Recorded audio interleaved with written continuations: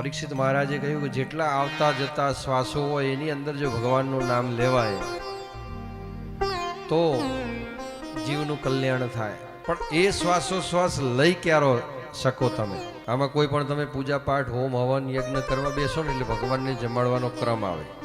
એમાં મહારાજ શ્રી ડાબો હાથ આ રીતે કરાવે અને તમને આ રીતે જમાડવાનું કે એમાં જે 5 વાર તમે જમાડો છો ને, પ્રાણાય સ્વાહા, અપાનાય સ્વાહા, વ્યાનાય સ્વાહા, ઉદાનાય સ્વાહા, સમાનાય સ્વાહા, તો એ 5 પ્રકારના અમૂલ્ય વાયુ એ આજે શરીરમાં છે. અને 5 પ્રકારના અમૂલ્ય વાયુ જો આપણા શરીરમાં બગડ્યા તો શરીર બધું અસ્તવ્યસ્ત. પ્રાણને, હૃદયને ધબકતું રાખે પ્રાણવાયુ છે. અપાન વ્યાન જે આવે છે બહાર જાય છે, અપાન વ્યાન વાયુ છે. ઉદાન વાયુ શરીરમાં છે, સમાન વાયુ છે. આ બધા વાયુ શરીરમાં છે. ખાવાનું પચાવે છે. આ જે વાયુ જે છે એ વાયુને સિદ્ધ કરવા પડે. અને એ વાયુ સિદ્ધ ક્યારે થાય? જ્યારે તમે માળા હાથમાં પકડો ત્યારે તમે જીતી શકો.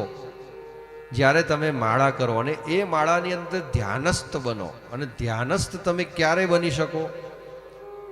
જ્યારે જીત સંગો, તમને ભગવાન સાથેનો સંગ થાય.